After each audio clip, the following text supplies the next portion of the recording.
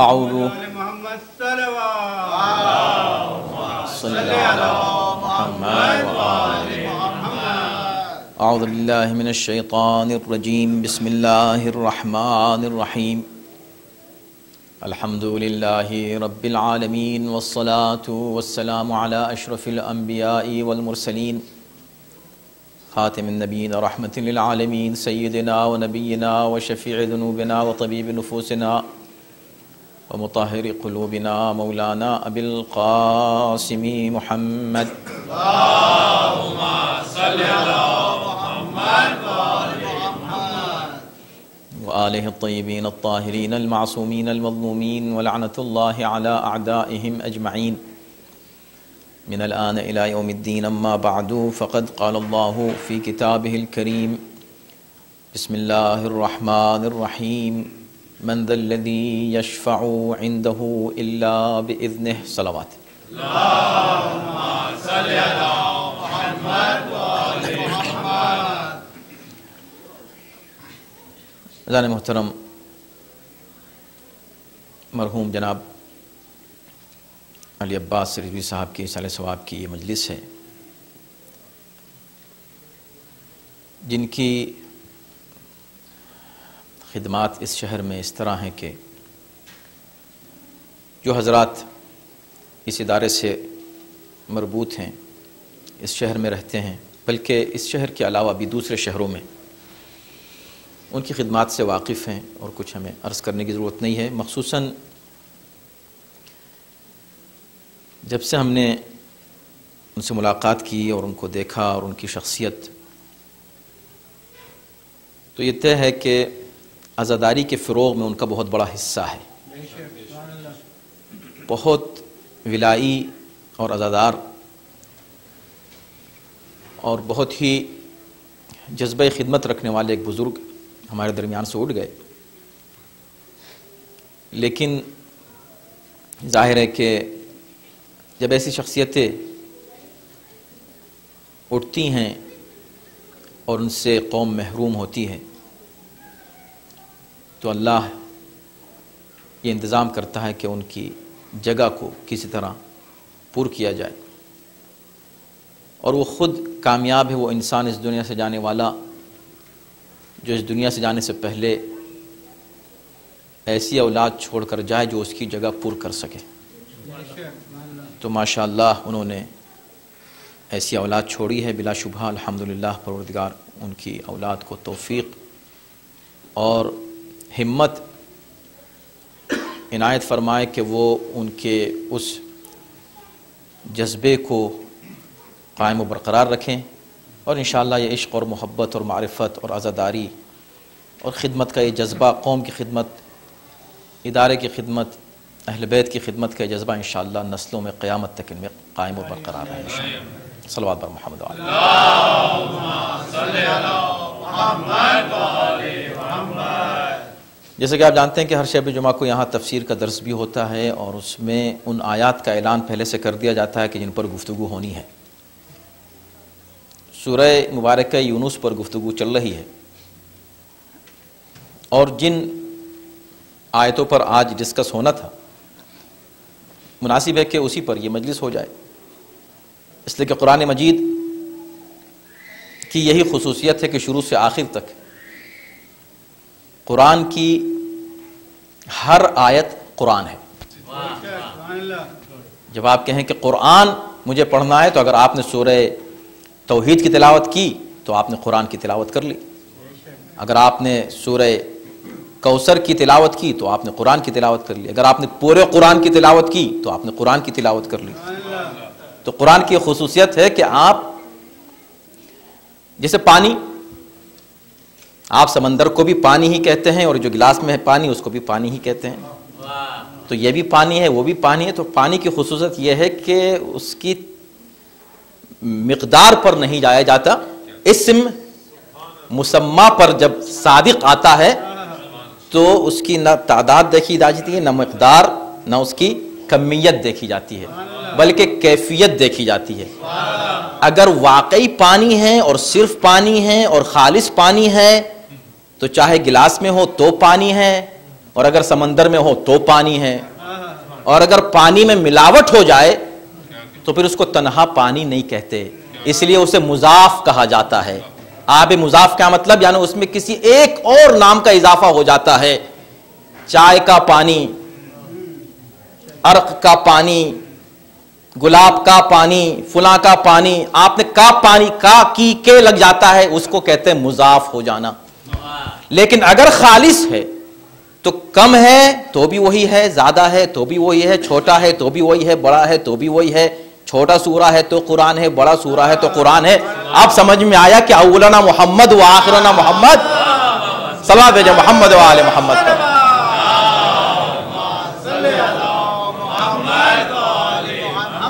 اہل بیت کی ہر فرد اہل بیت ہے، جس کا آپ ذکر کریں تو آپ نے اہل بیت کا ذکر کیا، پہلے کا کیا تو بھی آپ نے اہل بیت نہیں، بلکہ یوں کہوں کیوں نہ وہ الفاظ استعمال کروں جو پیغمبر نے استعمال کیے کہ بھئی آپ جس کا ذکر کریں آپ نے اصل میں محمد کا ذکر کیا، چاہے اول کا ذکر کریں یا آخر کا کریں یا اوسط کا کریں یا کل کے کل کا کریں، آپ نے سب کا ذکر کیا۔ تو اصل میں اس قرآن ناطق کا نام محمد ہے اور قرآن صامت کو قرآن کہا جاتا ہے۔ تو یعنی محترم، کسی آیت پر آپ گفتگو کریں تو اتنا موضوع اس میں اتنا دقیق اور اتنا پھیلا ہوا کہ آپ کسی رخ پر اس سے گفتگو کر سکتے ہیں۔ جن آیات کا تذکرہ کرنا تھا سورہ مبارکہ یونس کی، اس میں ایک آیہ کریمہ آیت نمبر 18،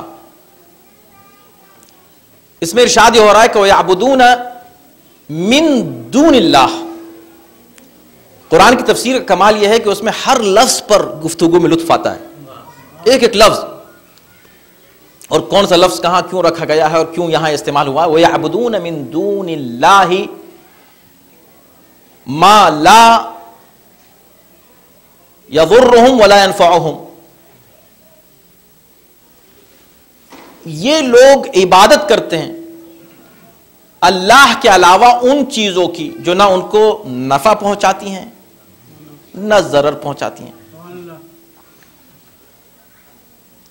وَقَالُوا هَؤُلَاءِ شُفَعَاؤُنَا عِندَ اللَّهِ، اور یہ عبادت کر کے کہتے ہیں کہ یہ چیزیں جن کی ہم عبادت کر رہے ہیں یہ ہمارے اور اللہ کے درمیان وسیلہ ہیں، یہ ہماری شفاعت کریں گے، یہ چیزیں یہ شفاعت کرنے والی ہیں، یہ بت ہماری شفاعت کریں گے، یہ جن کی ہم عبادت کر رہے ہیں یہ اللہ کی بارگاہ میں ہماری شفاعت کریں گے۔ یہ اذان محترم ان آیات میں سے ہے، توجہ کیجئے گا، یہ آیت کریمہ سورہ یونس کی آیت نمبر 18 ان آیات میں سے ہے۔ تقریباً 70 جگہ قرآن مجید میں اس طرح کی آیتیں آئی ہیں جس میں من دون اللہ کا تذکرہ ہے، اللہ کے علاوہ۔ تو یہ ان آیتوں میں سے ایک آیت ہے جس کو ایک خاص مکتب فکر ہے اسے بہت ہی استعمال کرتا ہے اور اپنے کج روی کی دلیل کے طور پر استعمال کرتا ہے۔ ان کی جو کج فہمی ہے قرآن مجید کا سمجھنا ہر ایک کے بس کی بات نہیں ہے، اور خاص طور پر ان لوگوں کی تو بس کی بات ہو ہی نہیں سکتی جو راسخون فی العلم سے جدا ہو جائیں۔ آپ سوچیں، وارث کتاب سے ہٹ کر آپ کتاب سمجھنے بیٹھے، غالب کے ایک ایک شعر پر کتابوں کی کتابیں لکھی گئی ہیں اور نظریے قائم ہو گئے ہیں کہ بھئی اس کا مقصد یہ ہے۔ شعراء کرام تشریف فرمائے، ہمارے نسیم بھائی آپ دیکھیں، ان سے پوچھیں اور جو لوگ حضرات ہیں کہ کتنا بڑی ایک ایک شعر پر بحث ہو جاتی ہے کہ بھئی نہیں یہ مقصد تھا، آخر میں تھک ہار کر لوگوں نے کہہ دیا کہ المعنی فی بطن الشاعر، معنی اور مفہوم جو ہے اس پر آپ بحث نہ کریں، صرف شعر سن لیں، اس لیے کہ معنی جو ہے وہ شاعر کے بطن میں ہے۔ اب میں نے بطن ہی کہا، شکم نہیں کہا، تاکہ دونوں معنی آ جائیں کہ بطن کا مفہوم اصل میں باطن ہے، کہ شاعر کے باطن میں مفہوم شعر ہے، لہٰذا وہ جانے کہ اس نے اس سے کیا مراد لیا ہے، ہم تو شعر کا ظاہر دیکھ کر جو کچھ سمجھ گئے بس اسی میں ہم لطف اندوز ہو رہے ہیں۔ ایک شاعر کے شعر کا بطن سمجھ میں نہیں آتا، تو یہ قرآن کے بطن در بطن کیسے سمجھ میں آئیں گے؟ جس کے لیے امام فرماتے ہیں کہ قرآن مجید کی آیات میں بطن ہیں، بطن یعنی باطن ہیں، پوشیدہ پردے ہیں، پھر اس میں پھر ایک بطن ہے، اس میں پھر بطن ہے، پھر بطن ہے، یہاں تک کہ 70 بطن ہیں ایک کے بعد ایک۔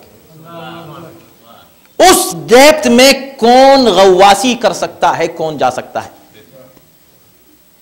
وہی جا سکتا ہے جو راسخ ہو فی العلم، راسخون فی العلم۔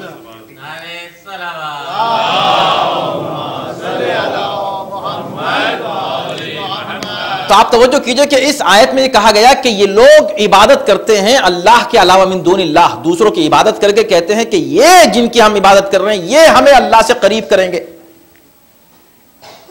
اور بھی آیات ہیں جس میں مثلا کہا گیا ہے کہ آپ جب ان سے پوچھیں کہ بتاؤ اس کائنات کا خالق کون ہے، وَلَئِن سَأَلْتُم مَّن خَلَقَ السَّمَاوَاتِ وَالْأَرْضَ لَيَقُولُنَّ اللَّهُ، اللہ سے انکار نہیں ہو، کہیں گے کہ اللہ نے اس کائنات کو پیدا کیا۔ کہ پھر ان کی کیوں پرستش کرتے ہو، ان کی کیوں عبادت کرتے ہو؟ کہ لِيُقَرِّبُونَ إِلَى اللَّهِ زُلْفَىٰ، تاکہ یہ ہم کو اللہ سے قریب کر دیں، اس لیے ہم ان کی عبادت کرتے ہیں۔ اب اس مکتب فکر نے فوراً کہا دیکھا، اس لیے ہم کہتے ہیں بس صرف اللہ اللہ کرو، کسی کو مت لاؤ بیچ میں، اس لیے کہ تم کسی کو لاؤ گے من دون اللہ ہے، وہ اللہ کے علاوہ ہے، اور جب اللہ کے علاوہ ہے تو یہ شرک ہو گیا۔ آپ کیسے کہہ سکتے ہیں کہ کوئی آپ اللہ سے ڈائریکٹ بات کیجئے، اللہ سب کی سنتا ہے، آپ اللہ سے بات کیجئے۔ آپ کسی اور سے کیوں کہتے ہیں کہ بھئی آپ ہمارے لیے اللہ سے یہ کہہ دیجئے؟ اپیرنٹلی بالکل پہلی منزل پر پہلی بار جس نے یہ جملہ سنا تو اس کو بڑا اٹریکشن محسوس ہوتا ہے اس میں، کہتا بات تو صحیح ہے بھئی، اللہ نے ہم کو خلق کیا، اللہ ہمارا خالق ہے، ہمارا پیدا کرنے والا، اس نے ہم کو ہمیشہ سے رزق دیا، ہم اللہ سے بات کریں اللہ ہمارے نہیں سنے گا، سنے گا، پھر ہم کسی اور سے کیوں کہیں، کوئی بھی ہو، کہ بھی ہماری بات ذرا آپ اللہ سے یوں کہہ دیجئے۔ اب جو لوگ ایسا کہتے ہیں تو انہوں نے کہا دیکھو یہ آیت صاف صاف کہہ رہی ہے کہ جو اللہ کے علاوہ دوسروں کی عبادت کرتے ہیں اور شفیع بناتے ہیں، ان کی شفاعت پر بیٹھے رہتے ہیں کہ یہ ہماری شفاعت کریں گے اللہ کی بارگاہ میں۔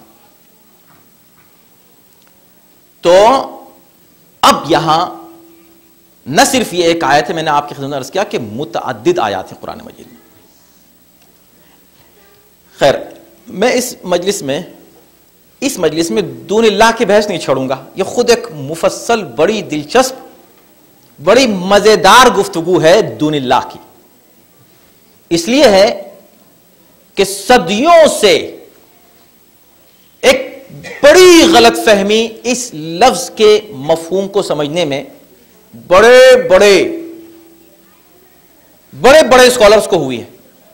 دون اللہ، اللہ کے علاوہ، ہر ایک نے اس کا ٹرانسلیشن کیا ہے دون اللہ، اللہ کے علاوہ۔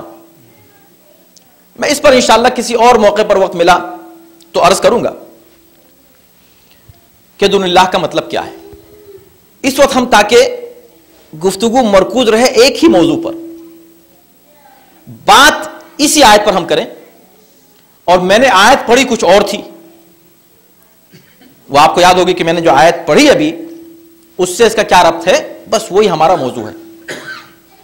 تو قرآن یہ کہہ رہا ہے سورہ یونس کی اس آیت میں کہ دیکھو یہ لوگ ایسا کرتے ہیں، تو جو بھی ایسا کرے وہ مشرک ہے، لہٰذا یہ سب جتنے بھی ایسا کرتے ہیں، یہ کسی کو شفیع بناتے ہیں، یہ مشرک ہیں، کافر ہیں، یہ بھی کافر ہیں، یہ بھی کافر ہیں، یہ بھی کافر ہیں، سب کافر ہیں۔ خیر، اب یہ جو کفر کے فتوے سب کو دے رہے ہیں، یہ جو سب کو کفر کے فتوے دے رہے ہیں، ان کی نظر میں کسی کو بھی پکارنا جائز نہیں ہے، کسی کو نہیں پکارنا جائز ہے، کو اللہ کو پکارو، اللہ کو پکارو۔ اور یہی لوگ جن کو پکار رہے ہیں آپ سب کو پتا ہے، جن کو یہ اس وقت پکار رہے ہیں مدد کے لیے، وہ سب جائز ہے، it's fine, it's okay، وہ شرک نہیں ہے۔ لیکن جہاں ان کو پکارا جنہیں اللہ نے معین کیا ہے مدد کے لیے، وہ فوراً شرک ہو گیا۔ یہ انشاءاللہ من دون اللہ کے ضمن میں آ گیا۔ لیکن اس آیت میں جو بات کہی، دیکھیں دھوکہ، دیکھیں اس کو کہتے ہیں سفسطہ، ایک چیز جو اپیرنٹلی بہت ہی اٹریکٹیو لگتی ہے عقل کو اور ذہن کو، اینڈ ہر انسان کہتا ہے it should make sense, yes it make sense, صحیح بات ہے، اللہ کو پکارو، یہ شرک ہے دوسرے کو پکارنا. تو آیت یہ کہہ رہی ہے یعنی شروع کہاں سے ہوتی ہے بات، یہ دیکھیں آپ، دھوکہ. یعبدون من دون اللہ، اللہ کے علاوہ دوسروں کی یہ عبادت کرتے ہیں. بھئی اس آیت میں جن کی مذمت ہو رہی ہے یہ ان کی ہو رہی ہے جو اللہ کے علاوہ دوسروں کی عبادت کرتے ہیں. اللہ کے علاوہ دوسروں کی عبادت کرتے ہیں، ان کی بات ہو رہی ہے. مجھے بتاؤ کہ تم جس کو کافر کہہ رہے ہو ان میں کون ہے جو اللہ کے علاوہ کسی اور کی عبادت کر رہا ہے؟ یہ ہے پہلا دھوکہ، یہ ہے پہلا دھوکہ. عبادت غیر اللہ کی عبادت، اللہ کے علاوہ کوئی نہیں، اللہ کے علاوہ کوئی نہیں. اللہ نے بھی ایسا جواب دیا ہے پہلے ہی سے کہ تم یہ کہنے والے ہو نا. اب آج کل تو فتوے بھی آ گئے نا کہ لا الہ الا اللہ کے ساتھ محمد رسول اللہ نہ کہو، اس لیے کہ ساتھ ساتھ کہہ رہے ہو. ابھی تو کہہ رہے ہو لا الہ الا اللہ، اللہ کے علاوہ کوئی معبود نہیں، تو نہیں تو بس صرف اللہ کی بات کرو. یہ محمد رسول اللہ ہر جگہ کہاں آیا؟ یہ ہر جگہ کیوں محمد رسول اللہ؟ لہذا اگر کہو کہ محمد رسول اللہ تو تم نے دو معبودوں کو مانا. اس طرح کے جملے آ رہے ہیں جناب. ہمت کیوں ہوئی؟ ہمت اس لیے ہوئی کہ علی ولی اللہ کو ہٹانے کی کوشش کی. جب تک علی ولی اللہ سپر بن کے رہے گا محمد رسول اللہ پر کوئی حملہ نہیں ہو سکتا. یہ جرأت ہی اس لیے ہوئی کہ انہوں نے پہلے کہا علی ولی اللہ بدعت ہے. جب لوگوں نے سن لیا تو اب ان کی ہمت یہ ہوئی کہ کہنے لگے محمد رسول اللہ بھی بدعت ہے، یہ بھی شرک ہے. اس لیے کہ آپ برابر برابر کہہ رہے ہیں، ایک ہی ہے نا آپ کا معبود، آپ جس کا ذکر کریں ایک ہی ہونا چاہیے، دو کیوں ہر جگہ؟ لا الہ الا اللہ محمد رسول اللہ، یہ دو ہو گئے نا، ایک تو نہیں رہا. اب ان کو اگر کوئی یہ کہے کہ یہ دو کی عبادت کر رہے ہیں، کتنا بڑا دھوکہ ہے یہ. قرآن یہ نہیں کہہ رہا ہے، توجہ کیجئے گا، کہ یہ لوگ کسی کو شفیع بناتے ہیں، ان کا شفیع بنانا شرک ہے. نہیں، عبادت کرنا شرک ہے. جو بات قابل مذمت ہے پہلی کیا چیز ہے؟ یعبدون من دون اللہ، یہ لوگ عبادت کرتے ہیں. ہم خود یہ کہتے ہیں کہ اگر کوئی آپ کو ایسا ملے جو یہ کہ میں علی کی عبادت کرتا ہوں، علی کی عبادت کرتا ہوں اس معنی میں جس معنی میں اللہ کی عبادت ہوتی ہے، جائز ہے؟ کوئی کہے گا کہ جائز ہے، اوکے ہے، اس کے شرک ہونے میں کوئی شک اور شبہ کسی مومن کو ہے؟ ہرگز نہیں. اگر کوئی کہے میں علی کے استغفر اللہ عبادت کرتا ہوں، میں حسن کے استغفر اللہ عبادت کرتا ہوں، میں علی کا عبد ہوں، یہ کہنا الگ بات ہے. عبد غلام کو کہتے ہیں، اب وہ پھر مفہوم چلا جائے گا دوسرے معانی میں، ورنہ پھر عبد المطلب کیا ہے؟ آپ سوچیں، یہ تو پیغمبر اسلام کے اجداد میں ہے. تو عبد جو ہے وہ دوسرے مفہوم میں جاتا ہے، لیکن عبادت نہیں، کسی کی نہیں سوائے اللہ کی. عبادت کے وہ مخصوص مظاہر جو اللہ سے مخصوص ہیں، رکوع نہیں کر سکتے آپ کسی کے لیے، سجدہ نہیں کر سکتے آپ کسی کے لیے. تو عبادت صرف اللہ سے مخصوص ہے. یہاں کس کی مذمت ہو رہی ہے؟ جو اللہ کے علاوہ دوسروں کی عبادت کرتے ہیں. انہوں نے کیا کیا؟ اٹھا کے اس کو چپکانا شروع کر دیا ہر اس مومن پر جو اللہ کے ساتھ ان کا ذکر کرتا ہے جن کے ذکر کا خود اللہ نے حکم دیا ہے. اب یہ اس میں ہر وہ مسلمان بھی شامل ہو گیا جو اللہ کے ساتھ رسول کا ذکر کر رہا ہے. نہیں ان کا ذکر نہ کرو. بھائی ان کی عبادت نہیں کر رہے ہیں، ذکر کر رہے ہیں. اللہ نے کہا نہیں، ابھی ایسے ذکر تھوڑی ہوگا. تمہیں ان کا ذکر، جن کا ذکر میں چاہتا ہوں کہ تم کرو، میرے ساتھ اس خالص عبادت میں ان کا ذکر کرنا پڑے گا جو صرف میرے لیے ہے، اور وہ ہے نماز. ختم کر کے دیکھو نماز ان کے ذکر کے بغیر. نہیں، شروع کر کے دیکھو نماز ان کے ذکر کے بغیر.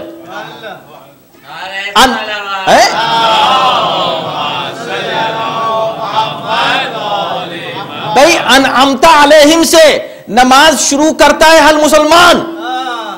یہ اللہ کا ذکر کرتے کرتے انعمت علیہم کون ہے؟ یہ اور ختم کرتا ہے اللہم صلی علی محمد و آل محمد. بھئی بندوں کا ذکر آ گیا نماز میں. نماز تو خالص اللہ کے لیے تھی. یہ صرف اللہ کے لیے ہے, اس میں بندوں کا ذکر کہاں سے آ گیا؟ یہ بندوں کا ذکر آنا, اب بات آ گئی ہے تو مربوط کر دیتا ہوں. ان بندوں کا آنا, نماز میں اس کا ذکر آنا اور اہتمام سے آنا اور اس کا واجب قرار دینا, یعنی اگر کوئی شخص یہ کہے کہ میں تو صرف اللہ کی بات کرنے آیا ہوں, الحمدللہ رب العالمین الرحمن الرحیم مالک یوم الدین ایاک نعبد و ایاک نستعین, اور سورہ ختم کر دیتا ہوں یہیں پر میں, اس لیے کہ میں صرف اللہ کی بات کرتا ہوں, بندوں کی نہیں. تو اللہ کہے گا کہ مجھے تیری نماز نہیں چاہیے, اور تو اسی طرح ریجیکٹڈ ہے جیسے وہ تھا جس کے سجدوں کو میں ریجیکٹ کر چکا ہوں. مجھے ضرورت نہیں ہے تمہارے ایسے سجدوں کی جس میں تم خلیفت اللہ کا انکار کر دو. میرے ان خاص بندوں کا انکار کر دو جن کے نام کو میں نے اپنے نام سے ملا دیا ہے. اب یہ نادانی اور جہل اور قرآن کی آیات کا نہ سمجھنا, جس کے نتیجے میں انہوں نے یہ سمجھا, یہ انڈرسٹینڈنگ ہے ان کی کہ بھئی یہ سب غیر اللہ ہیں, یہ دون اللہ ہیں. اللہ نے کہا اگر من دون اللہ ہوتے تو میں تمہیں حکم نہ دیتا. بھئی مستحب نہیں ہے نماز میں, نہیں واجب ہے نماز میں ان کا ذکر. توجہ ہے نا. تو پھر یہ عبادت ہے. آپ جو انعمت علیہم کا ذکر کر رہے ہیں نماز میں, یہ عبادت ہو گئی ان کی. آپ جو تشہد میں نماز یعنی شروع کر رہے ہیں ان کے ذکر سے, ختم کر رہے ہیں نماز ان کے ذکر سے, آغاز اور انجام صلاۃ کا جو صرف اللہ کے لیے عمود الدین, اس میں آپ جو کچھ ان کا ذکر کر رہے ہیں یہ ہو گیا شرک. اس کو عبادت کہیں گے؟ دیکھیں نادانی, اس کو کہتے ہیں کہ عقل ہی کی بنیاد پر پورا اسلام قائم ہے میرے دوستو. قرآن مجید کی آیتیں بڑی صاف ہیں. تو پہلے کہتے ہیں خبردار ہر ایک پر اس کو اپلائی مت کر دینا. یعبدون من دون اللہ, جو لوگ اللہ کے علاوہ دوسروں کی عبادت کرتے ہیں. انعمت علیہم کا ذکر ضرور کرتے ہیں, اس کی تفسیر آخر میں درود کی شکل میں تشہد میں کہتے ہیں, لیکن کون ہے جو ان کی عبادت کرتا ہے؟ کون ہے ان کی عبادت کر رہا ہے؟ اذان کہہ کے دیکھو محمد رسول اللہ کے بغیر. بڑے بڑے یہ حسرت لے کے نکل گئے کہ ہم یہ نام نکال دیں اذان سے. ذکر بھی کیا, تاریخ میں موجود ہے, ہسٹری میں ریکارڈڈ ہے یہ بات کہ لوگوں نے تمنا کی ہائے کاش میں محمد رسول اللہ کو نکال دیتا. تو کہا کیوں نہیں نکالتا, اتنی بڑی طاقت ہے تیرے پاس. کا یہ کیا کروں, یہ جو بیٹھے ہوئے ہیں علی یہ نہیں نکالنے دیتے. ہم نے اسی دن سے کہا کہ دیکھا اب ہم علی ولی اللہ ہٹانے نہیں دیں گے, ورنہ ان کا ٹارگٹ علی ولی اللہ نہیں ہے, ان کا ٹارگٹ محمد رسول اللہ ہے.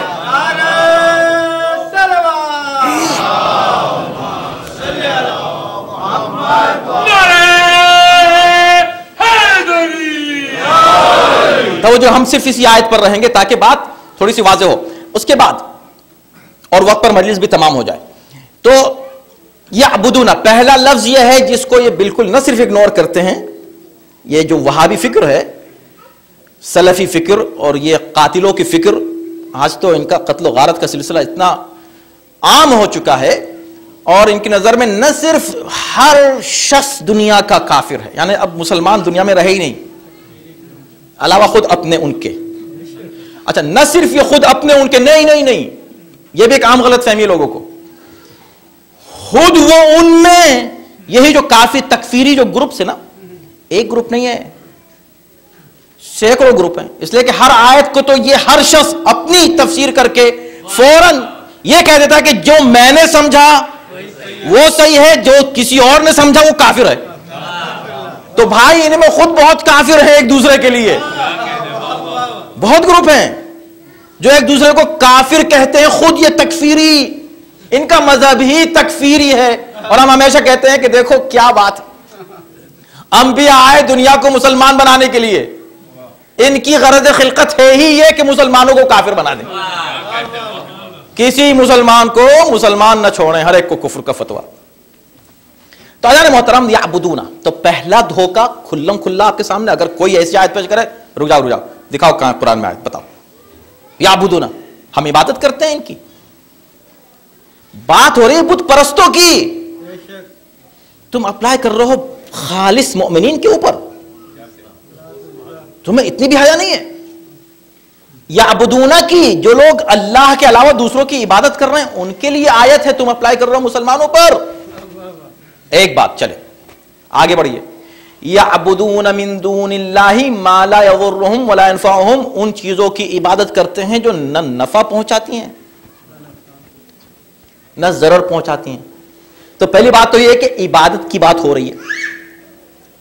اگر ہم مان لیں کہ نہیں عبادت نہیں، آپ بات بھی نہیں کر سکتے کسی ایسے سے کہ جو نہ نفع پہنچائے نہ ضرر پہنچائے، بالکل نہیں۔ نفع ضرر صرف اللہ کے ہاتھ میں، اللہ کے علاوہ کوئی نہ نفع پہنچا سکتا ہے نہ ضرر پہنچا سکتا ہے، لہٰذا آپ کسی سے بات ہی نہ کریں کسی اور سے۔ چلیں لفظ عبادت ہٹا دیں، تو وہ کہیں گے، اگر آپ نے کہا بھئی اس میں عبادت کی بات ہے، وہ کہیں گے ہاں ٹھیک ہے، آپ کہتے نہیں ہیں کہ میں عبادت کرتا ہوں، مگر عبادت کرنے کا ایک انداز یہ بھی ہے کہ آپ ان کے پاس جائیں جو نہ نفع پہنچائیں نہ نقصان پہنچائیں۔ دیکھیں اگر کوئی بات دلیل کے ساتھ کی جائے تو سبحان اللہ بہت عمدہ، ٹھیک ہے۔ اچھا اب آئیے، تو قرآن نے کیا کہا کہ ان چیزوں کے، پہلی بات ہے کہ چیزوں کے پاس مت جاؤ، ماں ہے من نہیں ہے۔ چلے صفت کیا ہے ان کی؟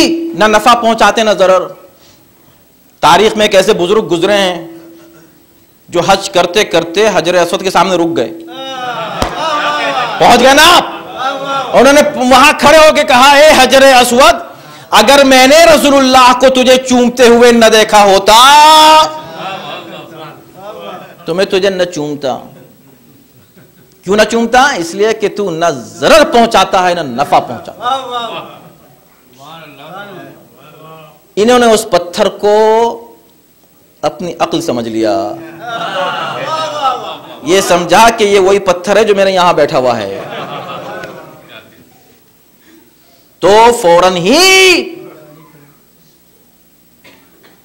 ہی شریک القرآن بول اٹھا۔ کیا کہا تم نے؟ یہ نفع نہیں پہنچاتا، ضرر، خبردار یہ مت کہنا اس حجر اسود کو۔ حجر اسود نفع بھی پہنچاتا ہے ضرر بھی پہنچاتا ہے۔ کہا وہ کیسے؟ کہا تم جو کھڑے ہوئے ابھی اس سے یہ بات کہہ رہے تھے نا، یہ تم کو سنا دے گا قیامت کے دن اللہ کے سامنے، یہ تمہارے اعمال کا گواہ ہے۔ جتنے بھی یہاں آتے ہیں نا حاجی، ان سب کے اعمال کو ریکارڈ کرتا ہے، اور سب کے اعمال ریکارڈ کرنے کے بعد قیامت میں یہ مووی چلا دے گا۔ اب تو لفظ میں استعمال کر رہا ہوں یہ، تو یہ نفع بھی پہنچاتا ہے اس کو جو نیکوکار ہے، ضرر پہنچاتا ہے اس کو جو بدکار ہے۔ تو تم نے کیسے کہہ دیا کہ اچھا اگر آپ، اور پھر یہ سوچو، یعنی اب آپ سوچیں کہ اگر یہی بات ہے، اگر رسول اللہ نے تجھے نہ چوما ہوتا تو یہی سمجھ لو کہ کیا رسول اللہ اس آیت کی مخالفت کریں گے جس میں کہا جا رہا ہے کہ ایسی چیز کا احترام نہ کرو یا ایسی چیز کے پاس مت جاؤ کہ جو نہ نفع پہنچائے نہ نقصان پہنچائے۔ تو جب پتھر ہے اور کچھ نہ نفع نہ نقصان، تو رسول اللہ نے چوما ہی کیوں کہ آج تم کو چومنا پڑ رہا ان کے چومنے کی وجہ سے؟ اتنی عقل نہیں ہے۔ تو دین کو سمجھنا میرے دوستو آسان کام نہیں۔ پتہ ہی چلا کہ نہیں، قرآن نے خاص طور پر پہلی بات تو ان لوگوں کے لیے کی جو عبادت کرتے ہیں، نمبر 2 ان چیزوں کے لیے کہا جو واقع، مثلا بت ہیں، بت کیا نفع پہنچاتے ہیں کیا نقصان پہنچاتے ہیں؟ بت ہیں، ان کی عبادت کر رہے ہیں، ہاں اس کو منع کیا۔ ہم خود کہتے ہیں ہم سے بڑا کون ہے اس پر گفتگو کرنے والا، کیونکہ تاریخ میں بڑے بڑے بت پرست تو ملتے ہیں، بت شکن نہیں ملتے۔ تو ہم سے بات مت کرو، ہم سے بات مت کرو، ہم تم کو بتائیں گے کون ہے حقیقی معنی میں بت پرستی کا جو مخالف ہے اور جس نے بت پرستی کو تمام جو ہے ختم کیا اس دنیا سے۔ 2 باتیں ہو گئی، میں جلدی گزر رہا ہوں، ٹائم بھی بہت تیزی سے گزرتا ہے اسی آیت پر رہتے ہوئے۔ اس کے بعد تیسری بات کیا ہے جس میں یہ لوگ دھوکہ دیتے ہیں؟ یہ 2 باتوں میں دھوکہ دیتے ہیں لوگوں کو، اور سننے والے بھی جن کے پاس ان ڈیپتھ نالج نہیں ہے کہتے ہیں ہاں بات تو صحیح ہے، صرف اللہ سے، صرف اللہ۔ تیسری بات یہ ہے کہ وَقَالُوا هَؤُلَاءِ شُفَعَاؤُنَا عِنْدَ اللَّهِ، وہ کہنے لگتے ہیں کہ یہ جو ہیں جن کو خود ہم نے بنا لیا ہے، یہ اللہ کے نزدیک ہماری شفاعت کریں گے، اللہ کے نزدیک ہماری شفاعت کریں گے۔ تو کہا دیکھو یہ چونکہ شفاعت کے لیے ان کے پاس آئے ہیں لہذا یہ کافر ہے، مشرک ہے، مشرک ہے، کسی اور کو شفیع بنا رہے، کوئی شفاعت نہیں کر سکتا، بس اللہ سے بات کرو۔ اسی لیے میں نے یہ آیت پڑھی تھی شروع میں، من ذا الذی یشفع عندہ، بالکل اللہ بھی یہی کہہ رہا ہے، کس کی مجال، کس کی ہمت، کس کی جرات جو اللہ کے سامنے آ کر کسی کی شفاعت کرے کہ یا اللہ اس کو بخش دے، اس کو بخش دے، کون کر سکتا ہے یہ؟ الا باذنہ، علاوہ اس کے جس کو اللہ نے پرمیشن دی ہو، اللہ کی طرف سے اذن ہو، تو اللہ کی طرف سے اذن اس کو نہیں ہو سکتا جو تمہاری طرف سے آیا ہو، اس کو ہی ہو سکتا ہے جو اللہ ہی کی طرف سے آیا ہو۔ اللہ باذن، اللہ کے اذن، اس کا مطلب ہے کہ شفاعت ہے، مگر قرآن میں جس شفاعت کا انکار ہے سینکڑوں ہیں، اس طرح کی آیتیں ہیں جن میں انکار شفاعت ہے کہ نہیں ہے شفاعت، بالکل شفاعت کسی کو نہیں ملے گی، یہ ہیں اس طرح کی آیتیں، مگر یہ ان کے لیے ہیں جن کو اللہ کی طرف سے کوئی اجازت نہیں ہے شفاعت کرنے کی۔ اس کا مطلب یہ کہ ہے، یہ استثناء یہ بتا رہا ہے، الا باذنہ کا استثناء یہ بتا رہا ہے کہ مطلقاً منع نہیں ہے شفاعت، انکنڈیشنل نہیں ہے یہ بات کہ شفاعت کسی کو نہیں ملے گی، نہیں، بالکل نہیں ملے گی، کوئی نہیں کر سکتا۔ علاوہ، اگر یہ علاوہ کہہ کر، الا کہہ کر استثناء نہ کیا ہوتا تو جیسے لوگوں نے منصب خلافت پر قبضہ کر لیا، لوگ شفاعت کے منصب پر بھی کر لیتے۔ یہ اللہ لوگوں کو ہٹانے کے لیے ہے، جو حقیقی شافعان روز محشر ہیں ان کو ختم کرنے کے لیے نہیں ہے۔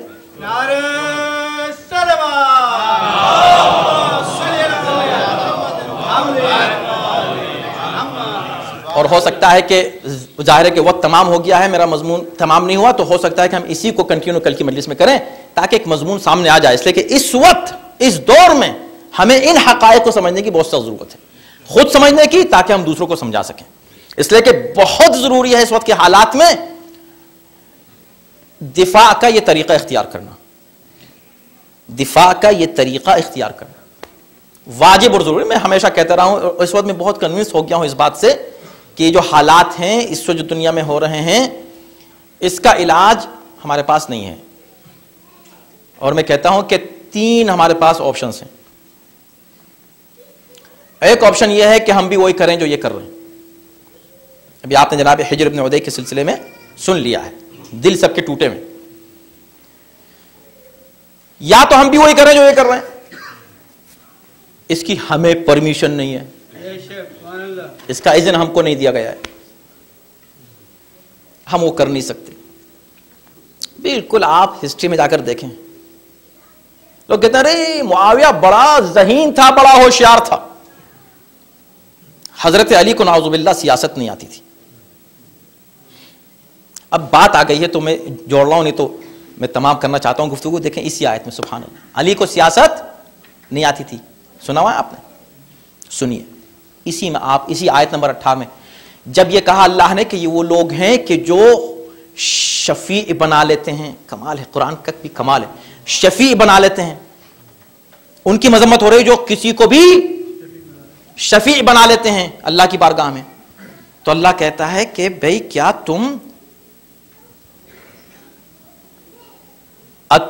اتعلمون اللہ بما لا یعلم، کیا تم اللہ کو بتانا چاہ رہے ہو کچھ ایسے نام کہ نہ تو آسمان میں ملتے ہیں نہ زمین میں؟ اللہ کہہ رہا ہے آسمان کو میں نے خلق کیا، زمین کو میں نے خلق کیا، زمین کو میں رہنے والوں کو میں نے پیدا کیا, آسمان کے رہنے والوں کو میں نے پیدا کیا. تم کہہ رہو کہ یہ شفیع ہیں اللہ کی بارگاہ میں, میری بارگاہ میں. تم کسی کو بنا کے لا رہے ہو جس کو میں نہیں جانتا. خدا کیا کہہ رہا ہے کہ اس کو لا رہے ہو جس کو میں نہیں جانتا. تو ہاں تم کہتے ہو نا سیاست علی نہیں جانتے, اللہ بھی کچھ لوگوں کو نہیں جانتا. تو وہ جو تم لے کر آتے ہو نا ظالم شفیع, یہ بت, یہ جو بت ہے نا, اور کچھ چلتے پھرتے بت تم خود بنا لیتے ہو, ان کو خدا نہیں جانتا. کہاں سے لے کر آئے ہو؟ خدا کہہ رہا ہے کہ میں تو جانتے نہیں, تم لے کر چلے آ رہے ہو شفیع بنا کر. جا کے پڑھیے. جب یہ بات آپ کبھی سنا کریں ممبر سے, جا کے تھوڑا سا پڑھ لیا کیجیے, اس میں صرف 5 منٹ لگتے ہیں. جائیے آیت نمبر 18 جس کا اعلان بھی آپ کو کیا گیا تھا کہ اس پر گفتگو ہوگی, جا کے اس کو پڑھ لیجیے سورہ یونس کی. اللہ تو جانتا نہیں ان لوگوں کو, تم لے کر چلے آ رہے ہو. تو اللہ اس کو نہیں جانتا جو تم بناتے ہو. تم نے کہا علی سیاست نہیں جانتے, بالکل نہیں جانتے وہ سیاست جو تمہاری سیاست ہے, تم بناتے ہو. وہ دھوکے والی سیاست بالکل نہیں جانتے علی. کسی نے پوچھا بڑا مجمع ہے اور وقت کے اس دور کے مدعی خلافت بھی بیٹھے.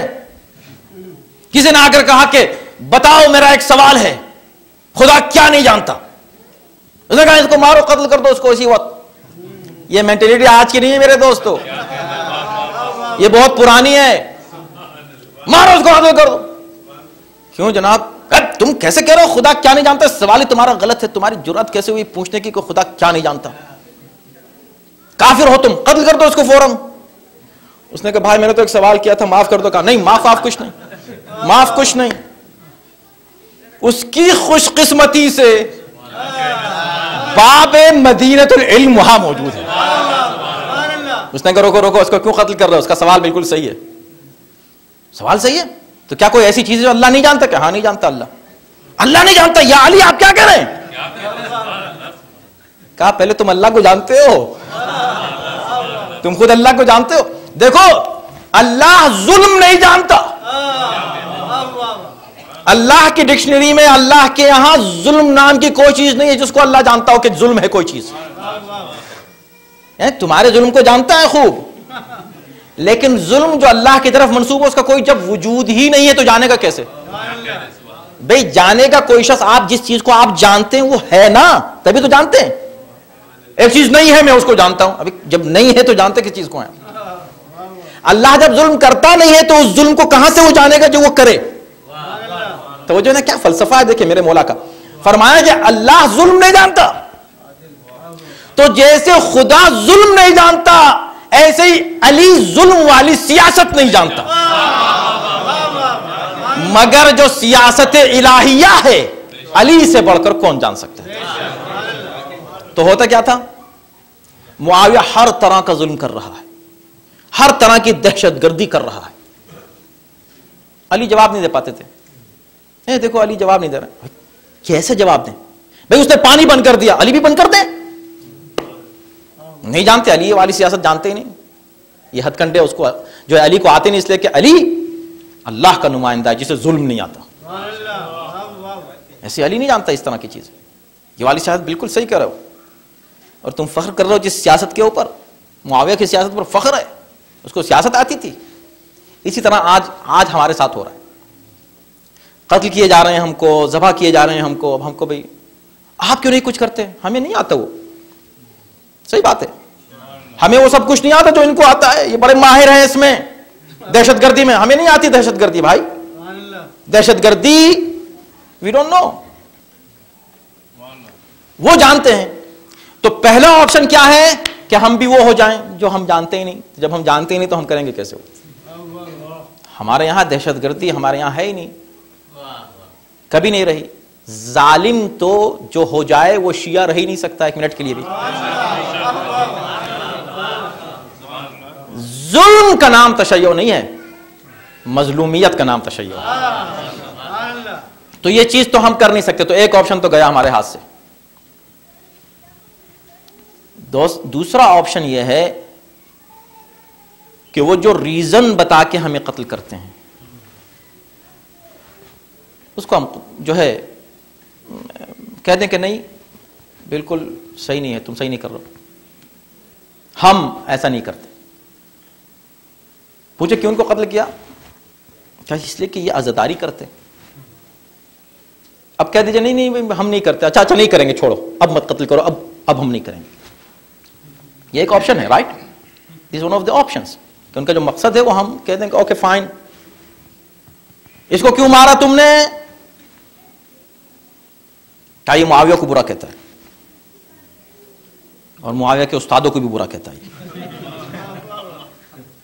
ان کو برا کہتا ہے. اچھا اس لیے مار دیا کہ اچھا بھائی اب ہم نہیں کہیں گے معاویہ کو پلیز ہمیں چھوڑ دو، جان چھوڑو، ہم نہیں کہیں گے. یہ ایک آپشن ہے نا میرے دوستو. اس کو ہمارے قائدین کو سمجھنے کی ضرورت ہے، آگے تک سمجھنے کی ضرورت ہے. اس وقت چاہے چھوٹے پیمانے کی سیاست سے لے کر اوپر تک جو قیادت ہے ہماری، سب کو سمجھنے کی ضرورت ہے کہ ہماری اسٹریٹجی کیا ہونی چاہیے اس وقت. ارے یہ تبرہ کرتے ہیں اس لیے مارے جا رہے ہیں، تبرہ بند کر دو تو کچھ نہیں ہوگا. اچھا فائن، ایک منٹ کے لیے مان لیتا ہوں. پہلی بات تو یہ کہ ہر گفتگو کو تبرہ نہ کہیں آپ، اس کو سنیں. ہم ذمہ دار نہیں ہیں، ہر شخص جو جس طرح جو کچھ کہہ رہا ہے اس کو آپ ہمارے سر ڈال دیں کہ تبرہ کرنا. لیکن اگر آپ یہ کہنا چاہتے ہیں تبرہ نہ کرو تاکہ نہ مارے جائیں، کوئی بات نہیں. آپ کی جتنی کتابیں ہیں ایک بھی ایکسیپشن کے بغیر، ایک سینٹنس کے ایکسیپشن کے بغیر کہہ رہا ہوں میں بہت ہی زور دے کر، سب انٹرنیٹ پر اویلیبل ہیں.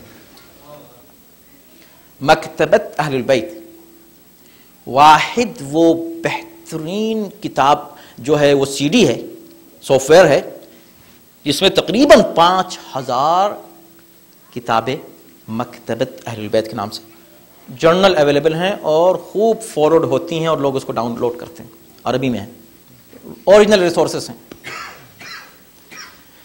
اور انہوں نے کہا میں نے اس کو اس لیے مارا کہ چونکہ اس نے ان کو برا کہا، فلاں بت کو برا کہہ دیا مثلا، فلاں صنم کو برا کہہ دیا مثلا.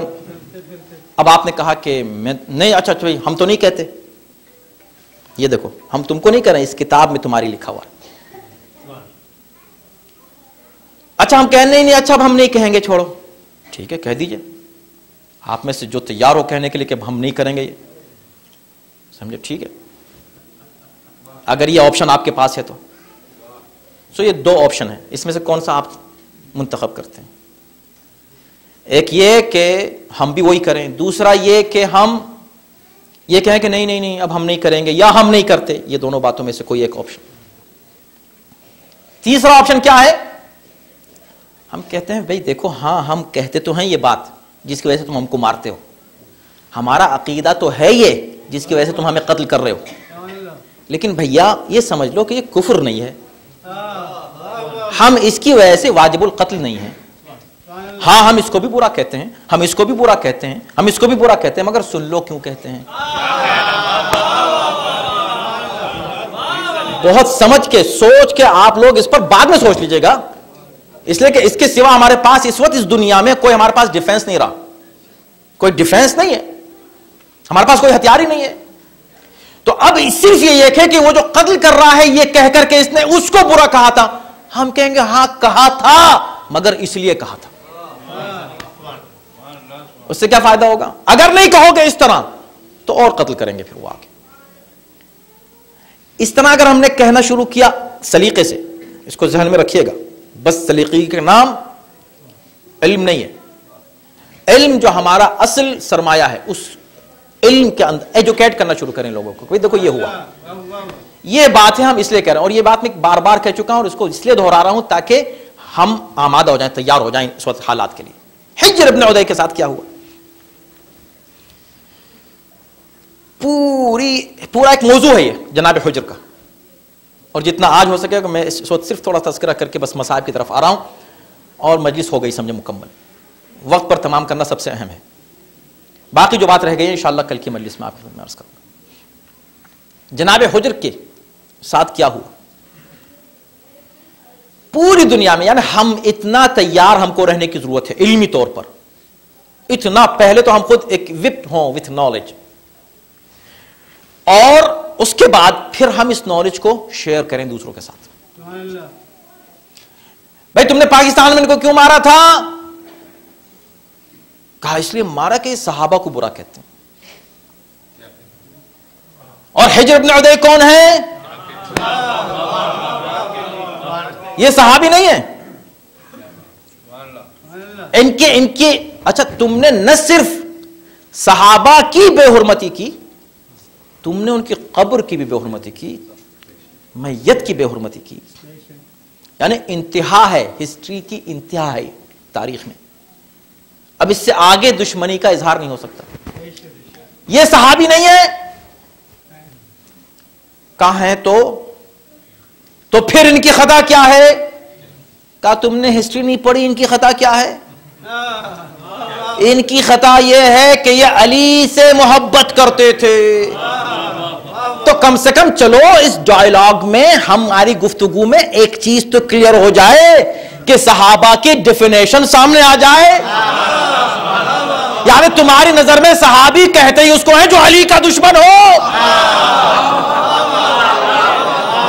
سلام بھیجے محمد و آل محمد پر.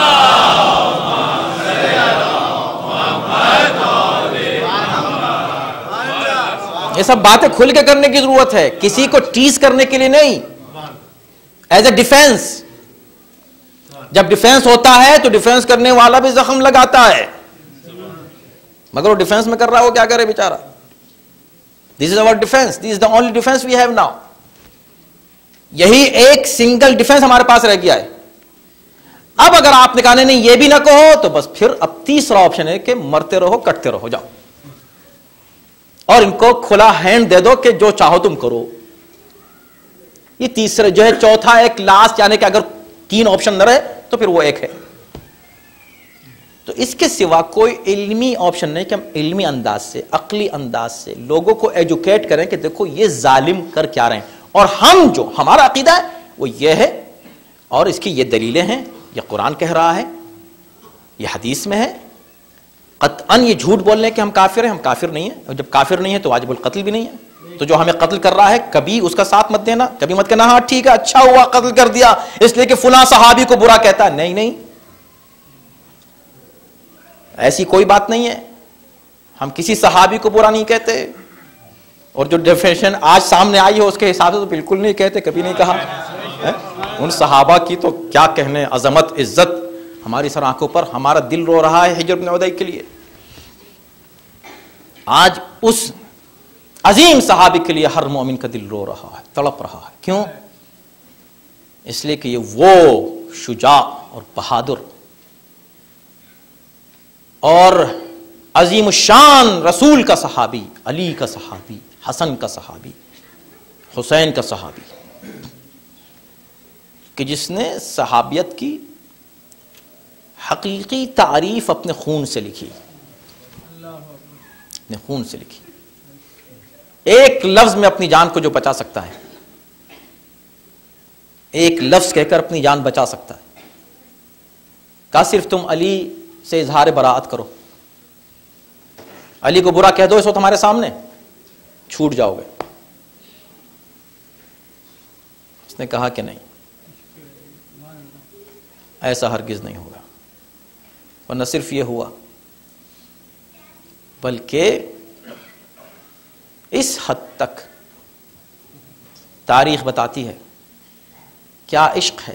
انشاءاللہ کل تھوڑا سا اور میں عرض کروں گا حضرت حجر کے بارے میں، اب وقت نہیں رہ گیا اس کو. تاریخ یہ کہتی ہے کہ جس وقت ان کو قتل کیا گیا، پہلی بات تو یہ کہ حالت نماز میں تھے سب مومن، اور یہ وہ صحابی ہیں جن کو راہب الصحابہ کے نام سے یاد کیا جاتا ہے. اتنے مقدس اور پاک اور پاکیزہ اور ایک طرح سے تارک الدنیا تھے کہ ان کو صحابہ کا راہب کہنے لگے تھے لوگ. حالانکہ لفظ کوئی اتنا اچھا نہیں ہے، لیکن کہنے لگے صرف اس بنا پر ان کے تقوی کو اور پرہیزگاری کو اور ترک دنیا کے اس جذبے کو دیکھ کر. تقدس کی انتہا. اور یہ بھی بتا دیا کہ تقدس تقدس ہو نہیں سکتا جب تک اس میں عشق علی شامل نہ ہو. بغیر عشق علی تقدس نہیں. وہ ایک مصیبت ہے جان کے لیے بھی ایمان کے لیے بھی. تقدس عشق کے ساتھ. جب قاتل آگے بڑھا تلوار لے کر جناب ہجر کو ذبح کرنے کے لیے، قتل کرنے کے لیے، تو ہجر کے ساتھ ہجر کے جوان بیٹے ہیں. ہجر نے اشارہ کیا کہ رک جا، ابھی رک جا، پہلے میرے بیٹے کو ذبح کر دے، پہلے میرے اس بیٹے کو قتل کر دے. قاتل نے ایک مرتبہ ہجر کو دیکھا اور دیکھ کر کہا تم کیا بات کہہ رہے ہو، کبھی ہم نے ایسا نہیں سنا. اس کے برعکس سنا ہے. باپ تو یہ کہتا ہے کہ پہلے مجھے ذبح کر دے، میں اپنے بیٹے کو خون میں تڑپتا ہوا نہیں دیکھ سکتا. اس نے کہا ہاں تم صحیح کہہ رہے ہو، لیکن ہمارا ہدف شہادت کا کچھ اور ہے. ہم جو موت کو منہ لگا رہے ہیں، موت کو سینے سے لگا رہے ہیں، اس کا سبب کچھ اور ہے. وہ ہے عشق علی. یہ بچہ بھی دیکھ رہا ہے، یہ علی سے محبت کرتا ہے. دیکھیں آپ کس لیول کے علی کے چاہنے والے ہیں.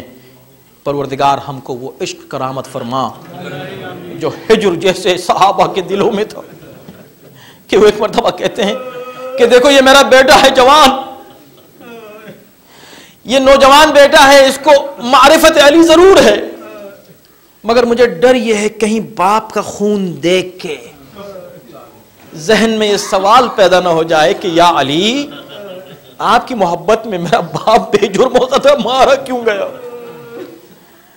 اور کہیں مرنے سے پہلے پھر میرے بیٹے کے قدم نہ ڈگمگا.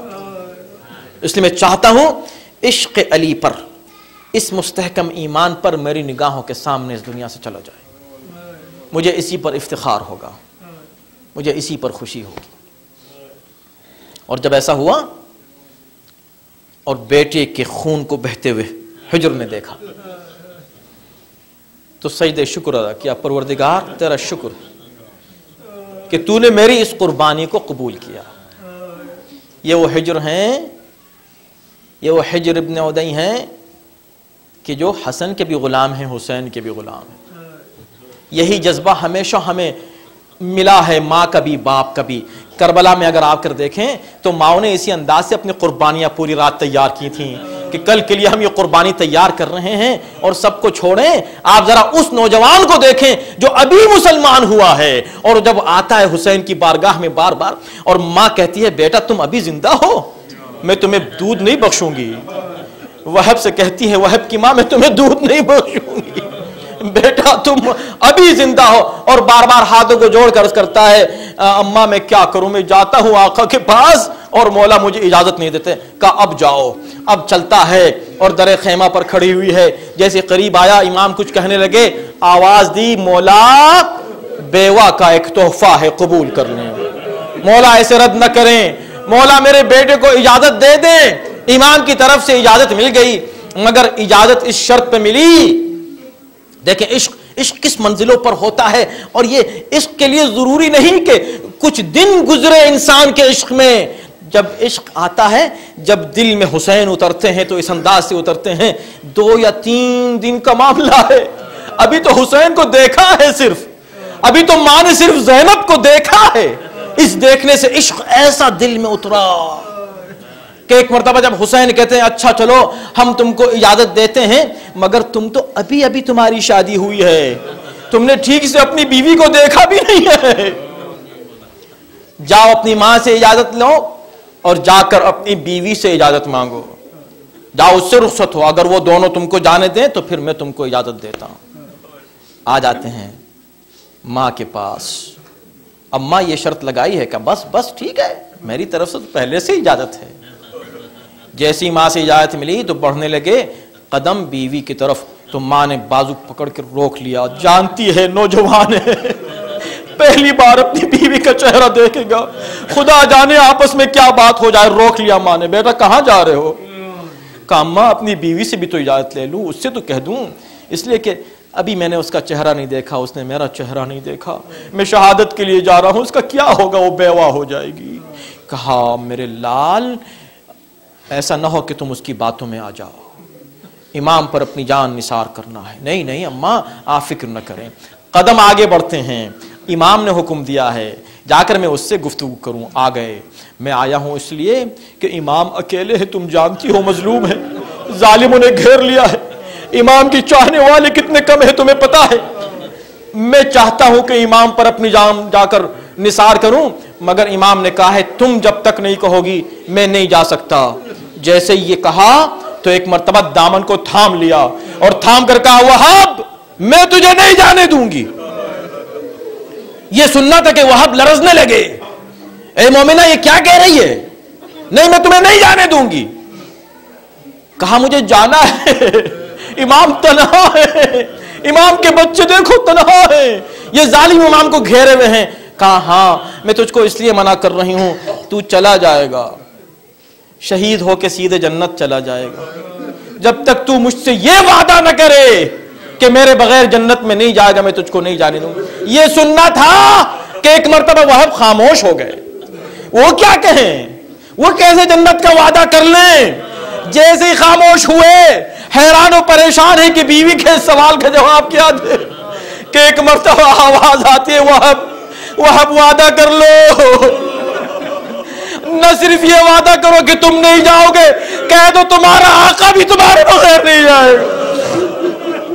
وعدہ ہو گیا, بیوی نے اجازت دی, ماں نے اجازت دی, وہاب آئے, جنگ کر رہے ہیں, جنگ کرتے کرتے بازو قلم ہو گئے. کربلا کا یہ دوسرا شہید ہے عباس کے علاوہ کہ جس کے بازو قلم ہوئے. بس ایک مرتبہ کیا دیکھا کہ وہ بیوی جو دامن تھامے ہوئی تھی کہ جانے نہیں دوں گی, عمود خیمہ لیے ہوئے چلی آ رہی ہے, میدان میں چلی آ رہی ہے. غیرت تھی, تقاضا نہ کیا, ایک مرتبہ آگے بڑھے. آگے بڑھنے کے بعد کہا واپس جاؤ, ہم مسلمان ہیں, اب ہم مسلمان ہیں, مسلمانوں میں عورتوں پر جہاد ساقط ہے. تو کہاں آ رہی ہے, واپس لے کر آ رہے خیمے میں. راستے میں پوچھا یہ بتا یہ اچانک عمود خیمہ ہاتھ میں لے کے کیوں آئی. کہا وہاں بھی یہ نہ پوچھو, میں نے جب منظر دیکھا تھا, ارے جب تم جنگ کر رہے تھے میں دیکھ رہی تھی میرے آقا خیموں کے درمیان ٹہل رہے, سینے پہ ہاتھ رکھ کر کہتے واقلت ناصرہ, ہاں میرے ناصروں کی کمی. اے وہاب یہ جملہ میں غربت کا سن نہ سکی اپنے مولا کی. میں کہنا چاہتی ہوں میرے آقا آپ کے نصرت کرنے والے کم نہیں ہے. ارے جن پر جہاد نہیں ہے وہ آپ کی نصرت کے لیے آمادہ ہے. میں کہوں گا مولا یہ ایک عورت نے جذبے جہاد کا مظاہرہ کیا, بچوں پر بھی تو جہاد ساقط ہے. آپ پکار کے تو دیکھے, پھر دیکھے علی اصغر کیسے آواز دیتے لبیک یا حسین کی صدائیں کیسی.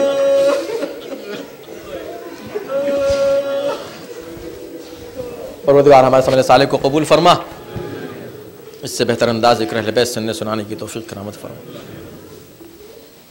ہر آفت و بلا سے ہر مومن و مومنہ کو محفوظ و معمون رکھ.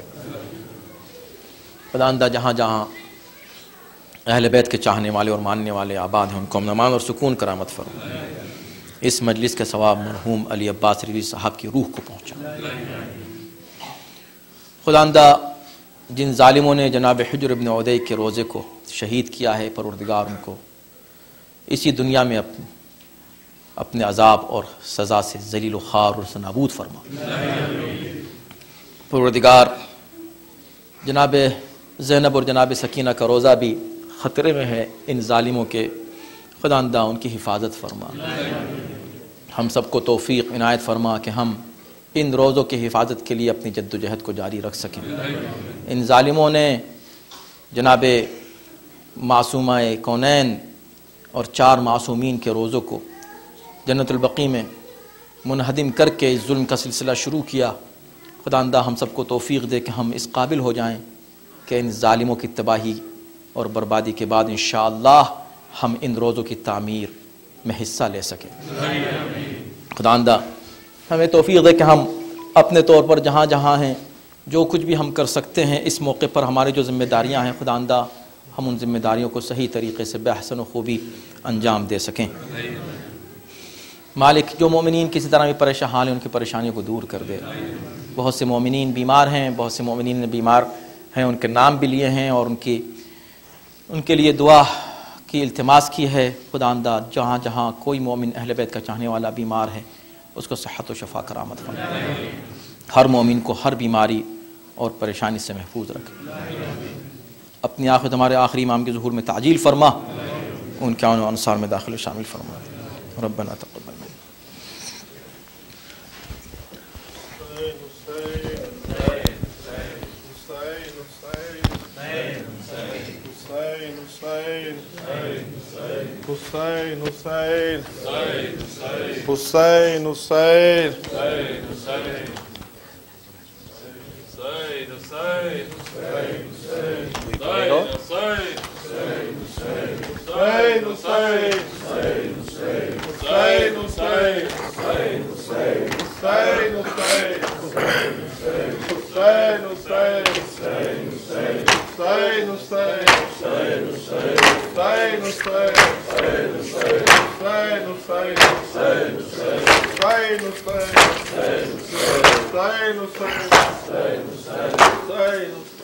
وہ کربلا وہ شام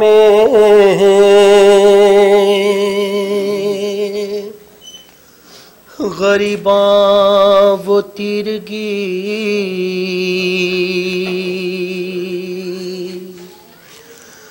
وہ زینب حزین وہ حفاظت قیام کی،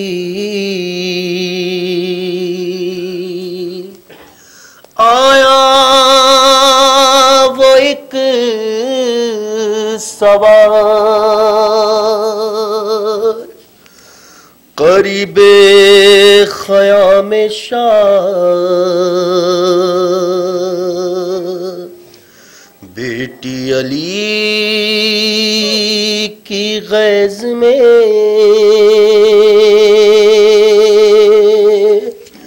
سوئے فرض بڑی، الٹی نقاب چہرے سے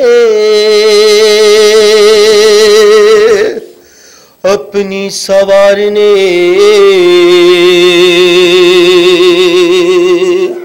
پیش نگاہ زینب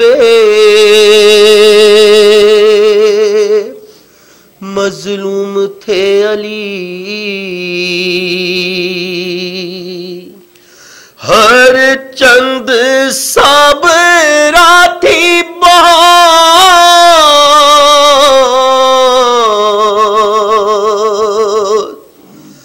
بیت فاطمہ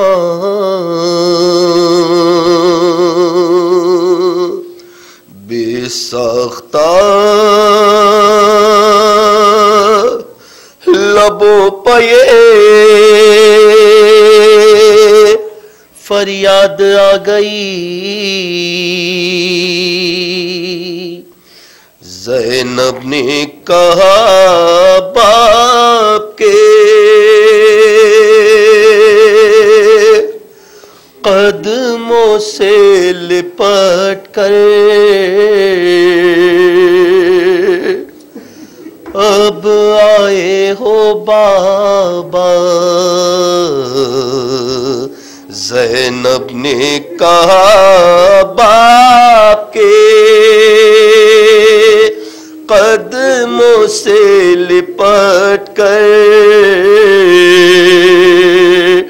اب آئے ہو بابا، زینب نے کہا باپ کے قدموں سے لپٹ کر اب آئے ہو بابا، زینب نے کہا باپ کے قدموں سے لپٹ کر اب آئے ہو بابا، ارے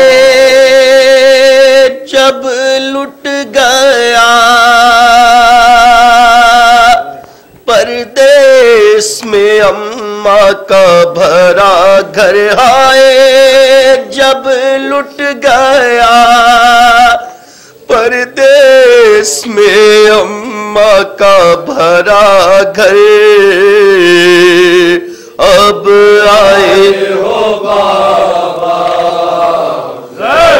اب نے کہا باپ کے قدموں سے لپٹ کر اب آئے ہو بابا بابا گرانا ہی تھا خالق کی رضا سے اس وقت نہ آئے جب خاک پہ دم توڑا تھا میرا اکبر ہائے جب خاک پہ دم توڑا تھا میرا اکبر اب آئے ہو بابا اور کٹ کٹ کے گرے نہر باجا بازوئے عباس اور کوئی نہ تھا پاس اس وقت صدا آپ کو دیتا تھا دلاور اب آئے ہو بابا اور جب فرش زمین باب و فلک لرزا بجاتے ارے اس وقت کہاں تھے جب فرش زمین باب و فلک لرزا بجاتے اس وقت کہاں تھے جب باپ کے چلو میں تھا خون علی اصغر ہائے جب باپ کے چلو میں تھا خون علی اصغر اب آئے اور جب بھائی کا سر کٹتا تھا میں دیکھ رہی تھی حضرت کو صدا دی سر کھولے ہوئے روتی تھی میں خیمے کے در پر آئے سر کھولے ہوئے روتی تھی میں خیمے کے در پر اب آئے ہو بابا اور جب لوگ بچا لے گئے لاشیں شہداء کے حق اپنا جتا کے بس ایک تن شبیر تھا پامالی کی زد پر اب آئے ہو بابا زینب نے کہا باپ کے قدموں سے لپٹ کر اب آئے ہو بابا اور جب بالی سکینہ کے گوہے چھینے گئے تھے ہر لگتے تھے تماچے ہر جب بالی سکینہ کے گوہے چھینے گئے تھے لگتے تھے تماچے حسرت سے مجھے دیکھتی تھی بانوئے مزتر اب آئے ہو بابا زینب نے کہا باپ کے قدموں سے لپٹ کر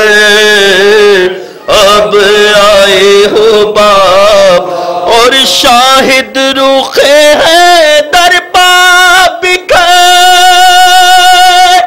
جاتے تھے آنسو، ہر جب کھول کے گیسو شاہد روخے ہیں در پا بکھر جاتے تھے آنسو، جب کھول کے گیسو چلاتی تھی زینب میرے بابا میری چادر ہائے، چلاتی تھی زینب میرے بابا میری چادر اب آئے ہو بابا، زینب نے کعبہ کے قدموں سے لپٹ کر اب آئے ہو بابا، کہاں سے لاؤں بھرا گئے حسین ہائے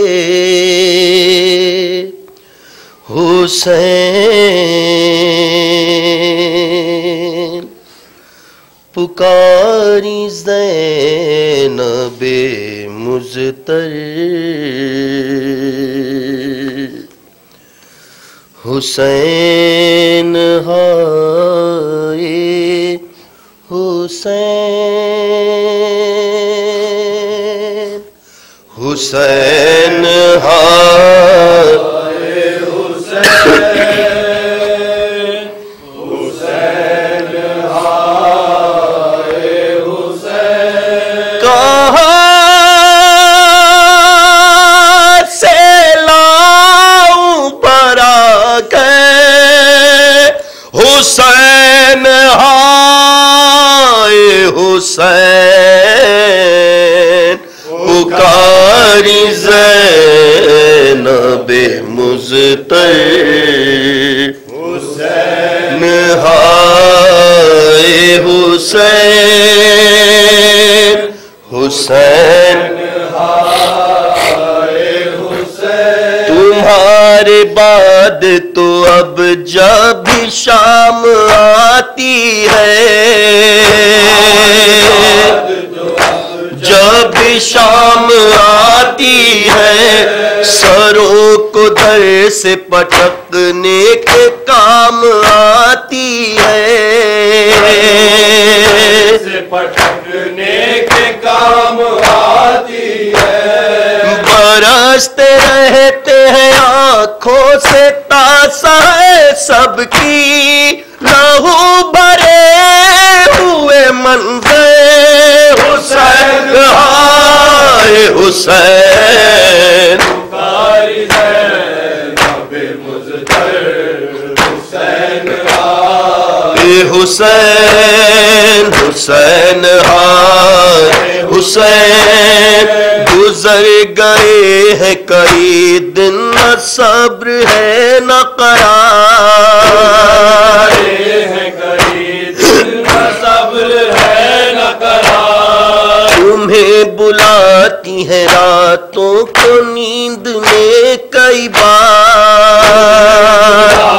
راتوں کو نیند میں کئی بار، کبھی کبھی یہاں ہم ساتھ چھپ کے کونے میں سکینہ روتی ہے اکثر حسین، حسین ہائے حسین، حسین کٹے جو پانی کی خاطر قریب نہر فرات، پانی کی خاطر قریب نہر فرات، وہی تو تھے میرے بازو وہی تو تھے میرے ہاتھ، میرے بازو وہی تو تھے میرے ہاتھ، کھلا ہوا ہے دل و جام زخم صورت ہے جس کا نام علم پہ حسین پکاری دے رب مزدر حسین ہائے حسین حسین ہائے حسین بدن تھا جسم علی کا لہو رسول کا تھا کا لہو رسول کا تھا جگر حسن کا تھا سینے میں دل بطول کا تھا سینے میں دل بطول کا تھا وہ جسم چھوڑ کے آئی ہوں تپت صحرا میں وہ سر ہے نو کے سنا پہ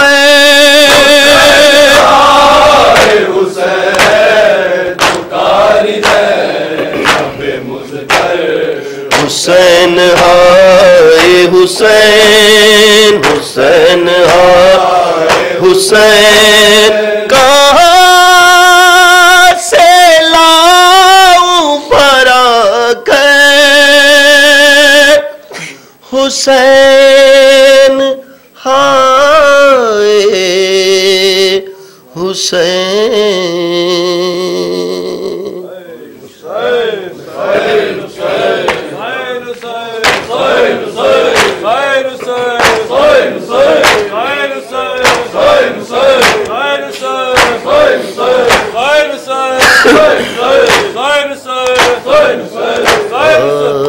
عابدنا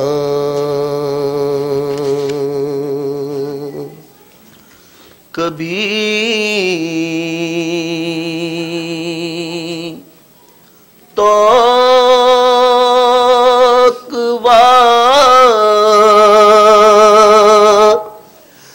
زنجیر پہ روئے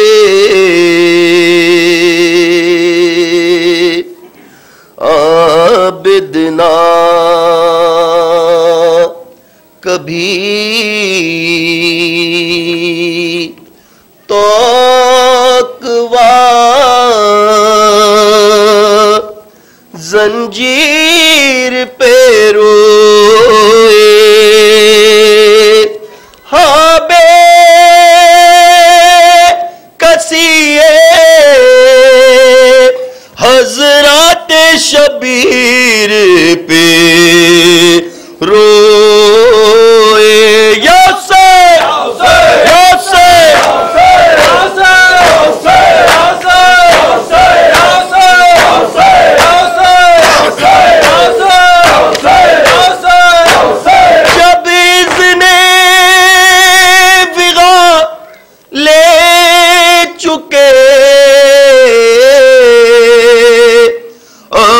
سے دلاوے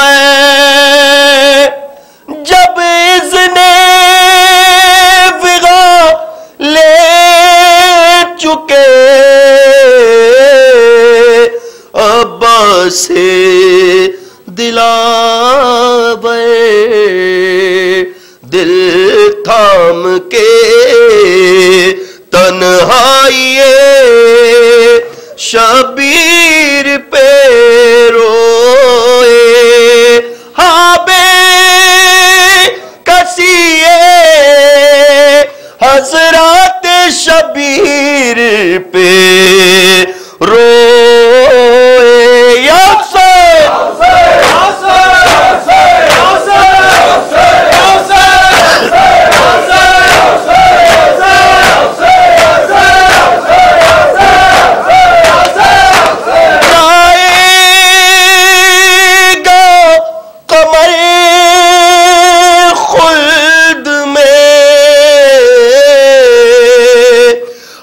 شہ کا زادار جائے گا قمر خلد میں ہر شہ کا عزادار دوزخ حرام اس پہ جو شبیر پہ